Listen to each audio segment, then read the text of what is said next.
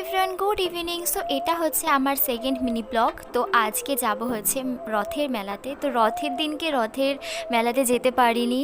তো অনেক দিন ধরে ইচ্ছা হচ্ছিলো যে একটু মেলাতে যাব। তো এখানে আমাদের বাড়ির থেকে একটু দূরেই আর কি এখানে মেলা হচ্ছে, মানে 7 দিন ধরে মেলা হবে। তো তার জন্য ডিসাইড করেই ফেললাম যে আজকে ঝড় হোক বৃষ্টি হোক তাও মেলাতেই যাব। কিন্তু বাইরে একটু একটু বৃষ্টি হচ্ছে, জানি না কি হবে। মেলাতে যাব বলে যখন ডিসাইড করেই ফেলেছি, ঝড় হোক বৃষ্টি হোক তাও ছাতা মাথায় দিয়ে মেলাতে যাবই। তো আমি আর একটা দিদি যাচ্ছি, আমরা দুজনেই যাব। তো এখন হচ্ছে বাড়ির থেকে বেরিয়ে পড়েছি গুটি গুটি পায়ে। তো এখান থেকে আর কি দিদি বাড়ি পর্যন্ত হেঁটেই যাব, তারপরে ওখান থেকে টোটো ধরে যেতে হবে। আর এই যে দেখো আজকের ওয়েদারটা কত সুন্দর, মানে সব দিকে পুরো নীল নীল লাগছিল।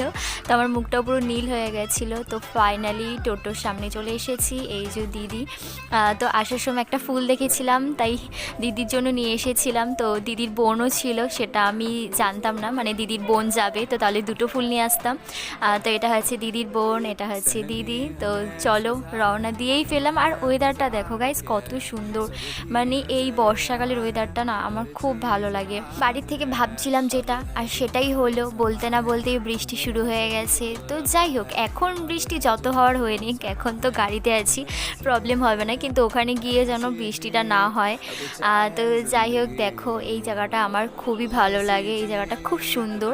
আর বলতে না বলতে বৃষ্টি আরও জোরে শুরু হয়ে গেছে, মানে যত ভাবছি যে বৃষ্টি হোক তাতে কিছু যায় আসবে না, আরও তত বেশি করে বৃষ্টি হচ্ছিল। তো এইদিকে হচ্ছে দেখো দিদি আর দিদির বোন দুজনেই ভিজে গেছে, যেহেতু ওরা উল্টো সাইডে বসেছিল। তো আমার গায়ে অতটা আর কি জল লাগেনি। তো যাই হোক, ঝড় বৃষ্টির মধ্যে চলেই এসেছি ফাইনালি মেলাতে। দেখো ছাতা নিয়ে, যতই যাই হোক না কেন মেলাতে আজকে ছাতা নিয়ে হলেও মেলাতে ঘুরবো।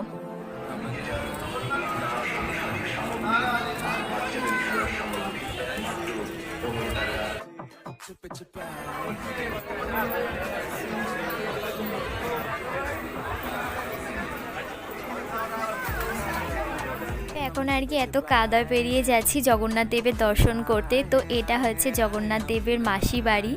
আর মানে বলে না, ভগবান না চাইলে কোনো কিছুই সম্ভব না। তো এত কাদা বৃষ্টি এত কিছুর পরেও মানে এই যে জগন্নাথ দেবের দর্শন করতে পারছি, এটাই অনেক মানে ভাগ্যের বিষয়। আর দেখো এখানে প্রচণ্ড কাদা, আর এদিকে তো দিদি আর দিদির বোন মানে দুজনে হাত ধরে আসছিল। বাই চান্স যদি এদিক থেকে ওদিক হয়ে যায় মানে দুজনেই পড়ে যাবে।